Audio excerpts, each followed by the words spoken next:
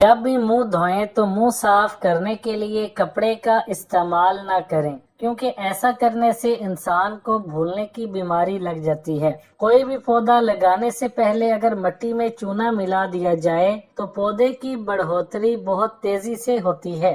اگر گھر میں موجود چارپائی کی عمر بڑھانی ہے تو اس کو استعمال سے پہلے بازوؤں پر اچھی طرح رنگ کر دیں۔ اگر آپ لکھی ہوئی کوئی چیز، سبق وغیرہ یاد کرنے کی کوشش کر رہے ہیں اور آپ کو یاد نہیں ہو رہا تو پریشان مت ہوئیے۔ اس کا آزمودہ ٹوٹکا یہ ہے کہ جو آپ یاد کر رہے تھے اسے 2-3 بار اوپر سے دیکھ کر کاغذ پر لکھ لیجئے تو وہ فوراً آپ کو یاد ہو جائے گا۔ جب کبھی بھی نہانے کا ارادہ ہو تو نہانے سے پہلے سر میں سرسوں کا تیل ضرور لگا لیں، اس سے بال مضبوط رہتے ہیں اور ان میں چمک پیدا ہو جاتی ہے، اور نہانے کے بعد تیل لگانے کی ضرورت بھی نہیں پڑتی۔ خشک آملہ کو ٹکڑوں میں کاٹ کر ناریل کے تیل میں تب تک ابالیں کہ آملہ کے ٹکڑوں کی شکل جھلسی ہوئی گرد جیسی ہو جائے۔ اس کے بعد روزانہ اس تیل کی سر میں مالش کریں، بال زندگی بھر کالے رہیں گے۔ گلیسرین میں مالٹے کا رس ملا کر آنکھوں کے گرد متاثرہ جلد پر لگائیں، آنکھوں کے سیاہ حلقے دور ہو جائیں گے۔ ایک سیب کو چھیل کر باریک ٹکڑے کر لیں، ان میں تھوڑا سا نمک اچھی طرح مکس کریں اور یہ آمیزہ صبح نہار منہ کھائیں، دائمی سر درد سے نجات مل جائے گی۔ قبض گیس کے باعث پیٹ کا افارہ، 1/4 چمچ بیکنگ سوڈا پانی میں ڈال کر پئیں۔ تلسی کے 2-3 پتے پانی میں ہلکی آنچ پر ابالیں حتیٰ کہ پتوں کا عرق پانی میں آ جائے، پھر اس سے غرارے کریں، گلے کے درد میں افاقہ ہو جائے گا۔ منہ کا السر، منہ میں زخم ہو جانا، کیلے اور شہد کو ملا کر ایک پیسٹ بنائیں اور اسے منہ کے اندر متاثرہ حصوں پر لگا دیں۔ دہی جمانے سے قبل دودھ کو ابال لیں اور اس میں 2 سبز مرچ ڈال دیں، اس سے دہی جلد اور سخت جمے گا۔ رات کو سونے سے پہلے 3 چمچ کھانے کا سوڈا پانی بھرے ٹب میں ڈال دیں اور صبح اس پانی سے باتھ روم دھو لیں، باتھ روم چمک اٹھے گا اور بدبو بھی جاتی رہے گی۔ بواسیر سے بچاؤ کے لیے گیندے کے تازہ پھول،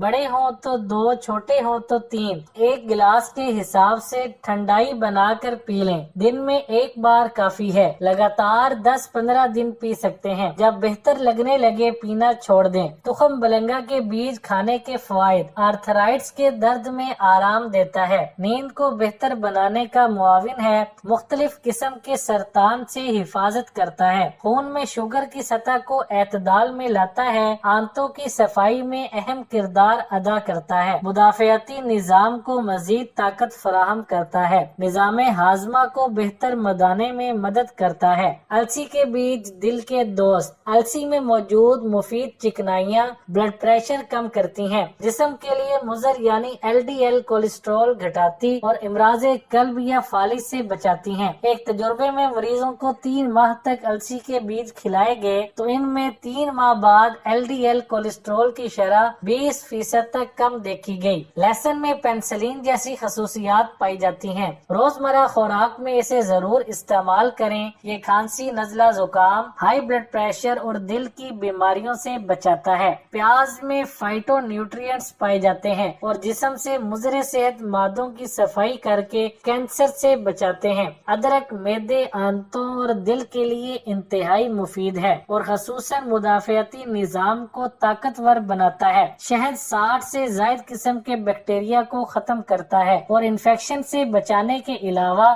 دردوں میں بھی مفید ہے۔ دار چینی بیکٹیریا اور فنگس سے بچاتا ہے اور شہد کے ساتھ ملا کر استعمال کرنے پر خصوصاً بہت فائدہ مند ہے۔ بند گوبھی وٹامن سی قدرتی اینٹی بایوٹک ہے اور یہ بند گوبھی میں بکثرت پایا جاتا ہے۔ ہلدی انفیکشن کا بہترین علاج ہے اور اسے جلد پر پیسٹ بنا کر بھی لگایا جا سکتا ہے۔ ناریل کے تیل میں لورک ایسڈ پایا جاتا ہے جو بیمار خلیوں کا خاتمہ کرتا ہے، خصوصاً وائرس سے بچاتا ہے۔ پودینہ، یہ خوش ذائقہ ہونے کے علاوہ بیکٹیریا اور وائرس کے خلاف مدافعت فراہم کرتا ہے۔ جمے گوشت کا ذائقہ عمدہ کرنا، چند دن تک فریز کیے ہوئے گوشت کو جب پگھلایا جاتا ہے تو یہ بے ذائقہ معلوم ہوتا ہے۔ اس سے بچنے کے لیے فریزر سے گوشت نکال کر اس میں آدھی پیالی دودھ ڈال کر 10 منٹ کے لیے ڈھانپ دیں۔ اس دوران گوشت نہ صرف کھل جائے گا بلکہ اس کا ذائقہ بھی پہلے جیسا لذیذ ہو جائے گا۔ استعمال کرنے پر بالکل تازہ گوشت کا مزہ آئے گا۔ گوشت کا اچار بنانا۔ اگر گوشت کا اچار بنانا چاہیں تو اس میں نمک اور اچار کے مسالوں کو شامل کر کے پکائیں۔ اب ایک مرتبان میں ڈال کر اس کا منہ بند کر کے چند ہفتوں تک پڑا رہنے دیں۔ اچار تیار ہے۔ فالتو ہڈیوں کا سوپ۔ کسائی قیمے کے ساتھ اکثر بڑی سی ہڈیاں بھی ضرور دے دیتے ہیں۔ آپ ہر ہڈی فریزر میں محفوظ کرتی رہیں۔ جب یہ کافی زیادہ جمع ہو جائیں تو ان کو کئی گھنٹوں تک پانی میں ڈال کر یخنی بنا لیں۔ اسے کئی چیزوں میں استعمال کیا جا سکتا ہے۔ دال میں پانی کی جگہ ڈالیں یا سبزیاں اس میں پکائیں۔ کیلشیم کا خزانہ سوپ میں موجود ہے۔ گوشت اگر بو چھوڑ دے۔ گوشت اگر بو چھوڑ دے تو سرکہ میں پانی ملا کر گوشت کو اچھی طرح اس میں ڈبو دیں۔ تھوڑی دیر بعد نکالیں تو بو ختم ہو چکی ہوگی۔ پائے صاف کرنا۔ ایک کھلے منہ والی دیگچی میں اتنا پانی ڈالیں کہ دیگچی منہ تک بھر جائے۔ پانی کو دھیمی آنچ پر رکھ کر اچھی طرح ابالیں۔ 1-2 ابال آنے پر چولہے سے اتار لیں اور اس میں پائے ڈال کر بھگو دیں۔ تقریباً 5 سے 10 منٹ تک یوں ہی بھیگے رہنے دیں۔ پھر پائے نکال کر چھری سے صاف کریں۔ حیران کن حد تک پائے جلد اور آسانی سے صاف ہو جائیں گے۔ پائے کی بو دور کرنا۔ اگر پائے پکاتے وقت اس میں تھوڑا سا سفید زیرہ، دار چینی اور مونگ ڈال دی جائیں تو گھر میں ناگوار مہک نہیں آئے گی اور پائے بھی مزیدار بنیں گے۔ سالن میں سے مرغی کی بو ختم کرنا۔ اگر سالن میں سے مرغی کی بو غائب کرنا مقصود ہو تو پکانے سے تھوڑی دیر پہلے پانی میں آدھا چمچ میٹھا سوڈا ملا کر گوشت کو اس پانی میں تھوڑی دیر کے لیے بھیگا رہنے دیں۔ کلیجی کی بو دور کرنا۔ کلیجی کو اچھی طرح دھونے کے بعد اس کے ٹکڑوں کو پیالے میں ڈالیں اور آدھا کپ دودھ ڈال کر 15 منٹ کے لیے رکھ دیں۔ پھر اس کو چھلنی میں رکھ دیں۔ کچھ دیر بعد پکائیں۔ پک کر کلیجی بہت لذیذ بنے گی اور اس کی جو مخصوص بو ہوتی ہے وہ بھی ختم ہو چکی ہوگی۔ چائے کے کپ سے داغ صاف کریں۔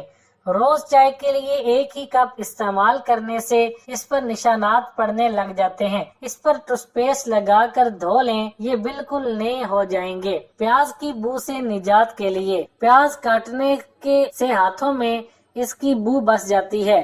اس کے لیے ٹوتھ پیسٹ کی کچھ مقدار ہاتھوں پر لگا کر پانی سے دھو لیں، پیاز کی بو ختم ہو جائے گی۔